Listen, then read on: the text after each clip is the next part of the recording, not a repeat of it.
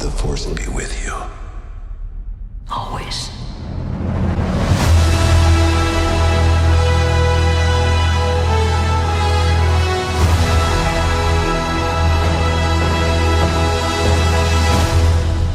What's up, guys? Faruqi Bros here, back with another video, and today for you guys, we're going to be discussing Star Wars Episode 9. In particular, we're going to be talking about the original Star Wars Episode 9, Duel of the Fates, which was directed by Colin Trevorrow.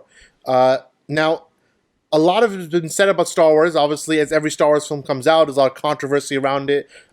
It's always, a debate whether the movie was good or not. And obviously, for Rise of Skywalker, there's no difference. Everyone's debating whether this was a good ending, whether more was needed, and obviously we have a whole podcast discussing that, and I'll put that in the link in the description. But this time, we've been getting a lot of concept art, a lot of details about the original Star Wars 9, the one that was scheduled to come out before they fired Colin Trevorrow and brought in J.J. Abrams. So what we're going to do is we're going to discuss what we think about that version of the story. Obviously, nothing was ever shot. There was a script made. There was concept art made. So we're going to be having concept art appearing on the screen so you guys can look at it. And basically we'll discuss what was good about that script, whether we actually prefer what we ended up getting, or do we think that if they stuck to the original plan, we would have gotten the better movie. I think, well, there's obviously a lot of concept art that came out, and it's a almost 99 to 100% different movie. Like, completely different day and night. And though there are a lot of good things they added in the one we saw in theaters, really, it felt hollow. Like, it didn't really bring everything full circle like it should have, especially for, the prequel fans who started with it. And though they added Palpatine and the end sequence was really cool, it felt like all the in-between stuff was just pushing to the next point. It had no significance at all, especially in terms of Kylo Ren and other people, what they were doing. And as far as the concept art shows, like, it was much more packed with more like cool fan moments and I guess things that would serve the story better. I know obviously the one big difference is that there was no redemption for Kylo Ren in Colin's version of this film. But there are scenes, they were back at Coruscant, so you have that. He was fighting like a nightmare version of Darth Vader, basically. And just scenes like that are just like, why would you, it's almost like it's not a good thing, but why would you cut that out? Like, I don't know. Well, it's not cut out. They completely got a new director. Completely changed the whole, the director changed, so they changed the entire vision of the movie. But I'm not sure why they felt like that wouldn't work. Maybe they wanted something a little lighter, a little softer for the fans to be a little happier kind of movie. And clearly it's much darker. You see Admiral Hux killing himself. So this movie's going to go one level farther than the Rise of Skywalker that we got did. And I think that would have been really cool to see. From the concept art itself, I think this would have been a better movie, or at least would have been received better from the fans and from the critics. But we're never going to see it, so all we have is a concept art. In my opinion, what we got in The Rise of Skywalker wasn't that bad. I actually liked it. I'm not gonna lie, but there's no question that they definitely played it safe with The Rise of Skywalker, and this concept, but just by the concept art, you can tell that this is not playing it safe. It's actually like I would rather have seen this movie than The Rise of Skywalker. I agree with Samir. I think that the movie that was originally intended was kind of gonna be similar to The Last Jedi in that they're gonna take some chances. But again, like J.J. Abrams with Force Awakens, we knew like he's kind of plays it safe for the most part.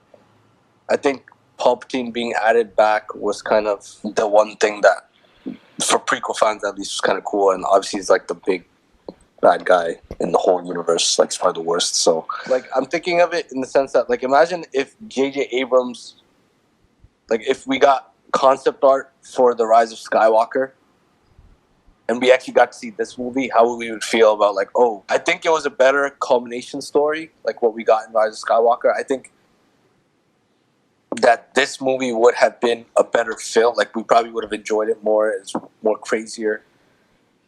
But The Rise of Skywalker, like, as a culmination story, like, similar to Avengers Endgame, like, the story, like, story-wise, it was better. Like, the third act kind of just did bring things together, and I do like the fact that Ben Solo actually returned to the light side because they never do that. Like, well, it's not that they never do that. They did that. It's a reoccurring theme. Like, obviously, Anakin comes back to light, but not in the way, like, not in their prime, at least. You know, so that was cool to see in the Rise of Skywalker. But I think either or, like, both movies have their strengths and weaknesses. I was happy with the Rise of Skywalker. Yeah, you know, I think you know, in an alternate scenario, if we got this movie and then out of nowhere we got concept art of Palpatine and concept art of all the Jedi talking to Rey, we would have been having this opposite conversation, like Umar said. Like, oh, wow, if we watched this movie, it would have Palpatine in it. We would have said the exact same thing. We would have said the exact opposite thing that we're saying right now. So I think in the real sense, like with Star Wars, like you know, you damned if you do, damned if you don't, and like both ways, people are gonna complain. I think in both ways, the four of us would have different complaints about each movie, regardless of which one came out. In terms of what is the better movie, of course, it's hard to tell because Zion was saying a lot of things about like how this concept art seems like the movie has one like stronger overall arc, but we've only seen concept in the third act, and it's only the concept art from the Coruscant battle. The whole movie doesn't take place on Coruscant, so there's gonna be a lot of stuff in the first and two acts that we don't know what they were trying to do. So we really don't know what the movie's about, but obviously if you're looking for the better movie, like The Last Jedi, which is, you know, you take chances, you care about the script, you care about certain elements like that, then maybe Colin Trevorrow's version is better than J.J. Abrams. J.J. Abrams, like Umar said, you know what you're getting with him. You saw Force Awakens, you know exactly what that movie is, what it means, and then that movie really does inform what Episode 9 is, because Episode 9 is very much in the same style as Episode 7, which is a remake of Episode 6, right?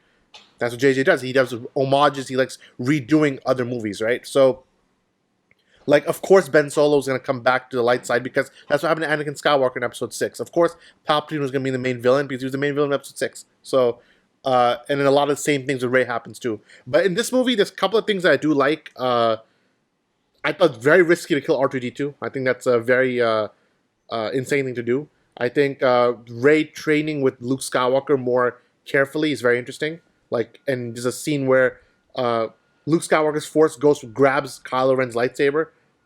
The main thing is that in this movie, there is no redemption. Kylo Ren is completely evil. He is the supreme leader. He is the main villain. After killing Snoke, he's the top of the food chain. And it's everyone's job to take him down.